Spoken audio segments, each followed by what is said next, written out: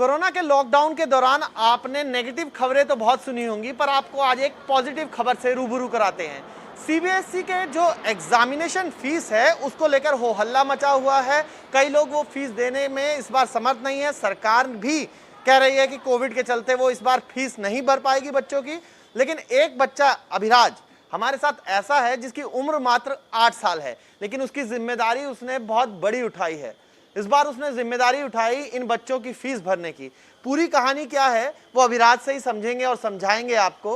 अभिराज के पास चलते हैं। अभिराज, क्या हुआ था, कैसे शुरू किया ये जो बच्चों के लिए आपने क्राउड फंडिंग शुरू किया? अपने इस पिगी बैंक को यूज किया है आपने? एक बार मम्मा बात कर रही थी फोन पे और फिर उसके बाद वो वरी टाइप्स हो गई, तो मैंने पूछा क्या हुआ। फिर उनने बताया कि बच्चे फीस नहीं दे पा रहे और पूरा की वो। तो मैंने थोड़ी देर सोच के आइडिया किया कि मैं पिगी बैंक से 5 बच्चे का कर दूंगा। अच्छा, यही वाला पिगी बैंक? हाँ। अच्छा। फिर उससे और सोचते सोचते फिर मिलाप का भी आइडिया आ गया, तो फिर हमने मिलाप में किया और बहुत सारे मेरे फ्रेंड्स और फैमिली मेम्बर्स कोई जो दूर रहते हैं उन सब ने डोनेट कर दिए, तो उससे फिर ये क्राउड फंडिंग हो गया। अच्छा, अभी कितना पैसा आप लोगों के पास आ गया और कितनी कोशिश अभी और जारी है करने की? 1,80,000 हो गया और 2 लाख तक 2 लाख करेंगे? हो जाएंगे। अच्छा, खुद आप इतने छोटे से बच्चे हैं, इतनी बड़ी जिम्मेदारी उठाई, उसके पीछे क्या वजह थी? क्या सोच के जिम्मेदारी उठाई आपने? ये सोचा था कि पिगी बैंक में जो पैसे होते हैं मेनली वो अब तो वेस्ट ही जा रहे हैं ना, क्योंकि उनको मैं यूज तो करता ही नहीं और कर भी नहीं सकता, तो क्यों ना उनका कोई अच्छी चीज के लिए यूज कर दूं। इसलिए कैसे आए थे पिगी बैंक में? इतने सारे पैसे कैसे जुटाए थे? और जैसे कभी बर्थडे नहीं हुआ था ना मेरा सेलिब्रेट, अच्छा। तो गिफ्ट भी नहीं मिले थे फ्रेंड से, तो उसके पैसे सबने दे दिए थे कि जब कोविड खत्म होगा तब तुम इनसे ही मॉल में या कहीं से भी खरीद लो गिफ्ट। अब तो आपने हंड्रेड्स जो हैं बच्चे, 100 बच्चों से ज्यादा आपके दोस्त भी बन गए हैं अब ये लोग, जिन लोगों के साथ आपने इस तरीके से हेल्प करी है। अब फ्रेंड्स बन गए हैं वो लोग। फ्रेंड बन गए हैं। अभिराज के फादर इस वक्त हमारे साथ हैं। सर, आप जिस तरीके से ये पूरा चला घटनाक्रम, क्या शुरुआत बच्चे, इतने से बच्चे में कैसे ये सोच आई? हाँ, ये सोच के मैं खुद हैरान हूँ कि इतना छोटे बच्चे में इसने ये जो कॉज के लिए इतना बड़ा वो स्टार्ट किया है कैंपेन। तो जैसे इसने आपको बताया कि भाई जब जो स्टार्ट हुआ था वो एक नॉर्मल उससे फ़ोन कॉल से हुआ था, जिसमें लोग मतलब जो स्टूडेंट थे वो एक्चुअली परेशान थे कि हम नहीं फ़ीस पे कर पाएंगे। कोई कह रहा है कि मैम सिर्फ 500 रुपये ले लो, इससे ज़्यादा हमारा नहीं है, पापा की जॉब छूट गई, ये है वो है। तो हम लोग तो वरीड थे। इसने एक आइडिया दिया कि पापा कोविड के चलते मेरा बर्थडे सेलिब्रेट हो ही नहीं पा रहा, और बर्थडे तो नेक्स्ट ईयर भी बन जाएगा जब सब कुछ ठीक हो जाएगा, बट अगर किसी की फ़ीस नहीं हुई तो वो बच्चा बोर्ड का एग्ज़ाम नहीं दे पाएगा, तो उसको 1 साल रिपीट करना पड़ेगा। तो ये इसके अंदर से ही थॉट आया। अब ये तो सारा मतलब फैमिली वैल्यूज़ और आसपास के सराउंडिंग से ही आता है। किससे क्राउड फंड आपने ये जो किया है, कि कौन कौन लोग आगे आए जब आप लोगों ने अभिराज की बात रखी उनके साथ?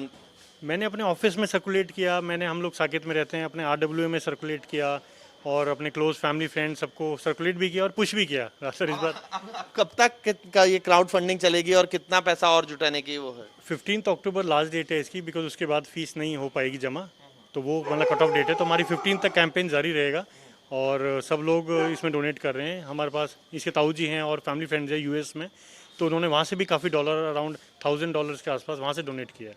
तो हर तरीके से अभिराज की कोशिशें जारी हैं ताकि 15 तारीख से पहले फीस भरी जा सके।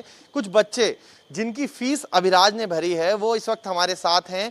बताया जा रहा है कि बेगमपुर स्कूल में, ये सरकारी स्कूल में पढ़ते हैं और तमाम सरकारी स्कूल में पढ़ने वाले बच्चे होशियार बच्चे हैं। शायद इन्होंने पढ़ाई छोड़ने तक की इस बार सोची थी।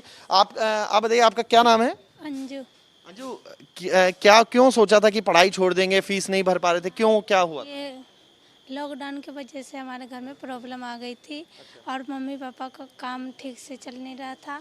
लॉकडाउन की वजह से सब लोग कोरोना से डर रहे थे, तो फिर मम्मी ने सोचा फीस तो इकट्ठा हो नहीं पा रही है तो तुम्हें पढ़ाई छोड़नी पड़ेगी। तो फिर मतलब यही सोच रहे थे जो कैसे करके पैसे इकट्ठे करें और दीदी भी बीमार है, काम करने जाती नहीं है। और मम्मी के पैर में मोच है, जिसकी वजह से मम्मी को बहुत सारे पैसे खर्च लग रहे हैं डॉक्टर के पास जाने में। अब तो लेकिन फीस भर दी है। अभिराज ने क्या कहा, आप लोगों ने अभिराज को क्या कहा है? हाँ, और ये फीस जब पता चला जब माफ़ हो गई है तो फिर मुझे बहुत खुशी हुई और मेरी पढ़ाई भी नहीं रुकी और मैं आगे तक पढ़ पाऊँगी, और इसलिए मैं इन सबको थैंक यू बोलना चाहती हूँ। थैंक यू हो रहा है। आप बताइए, आपकी क्या क्या करते हैं मदर फादर, और क्यों क्या इस बार भर नहीं पा रहे थे फीस आप लोग? सर मेरी मदर तो हाउसवाइफ है और फादर मेरे ड्राइवर हैं। उनकी अप्रॉक्स 10 to 12,000 है मंथली। और मतलब फिर मेरा भाई भी मतलब कॉलेज में पढ़ता है, वो MA लास्ट ईयर में है। तो फिर उनके भी एग्ज़ाम आ गए थे, अभी लॉकडाउन में ही उनके एग्ज़ाम हुए थे, अभी 1 महीना ही हुआ है। तो फिर उन्होंने एग्ज़ाम करने के बाद, क्योंकि फाइनेंशियल प्रॉब्लम इस टाइम बहुत ज़्यादा आ गई थी, तो फिर भाई को फिर मतलब स्टडी के बीच में मम्मा ने बोला कि फ़ाइनेंशियल प्रॉब्लम बहुत ज़्यादा है, तो भैया को भी फिर जॉब पे जाना पड़ा, मतलब हमारी वजह से ही। तो अब आप लोगों की फीस भर गई है, पढ़ाई आगे जारी रखेंगे। अभिराज जिसने फीस भरी है उसके लिए क्या कहेंगे? सर मैं तो बहुत बड़ा थैंक यू बोलना चाहती हूँ, मतलब मेरे पास शब्द ही नहीं है ये मतलब बोलने के लिए। उन्होंने हमारे लिए बहुत अच्छा किया। अच्छा, आप लोग भी अब फीस भर गई है, अब आगे क्या पढ़ के क्या बनना चाहते हैं और क्या अभिराज के लिए सोचते हैं, क्योंकि एक छोटे से बच्चे आगे आया, आप लोगों की मदद की?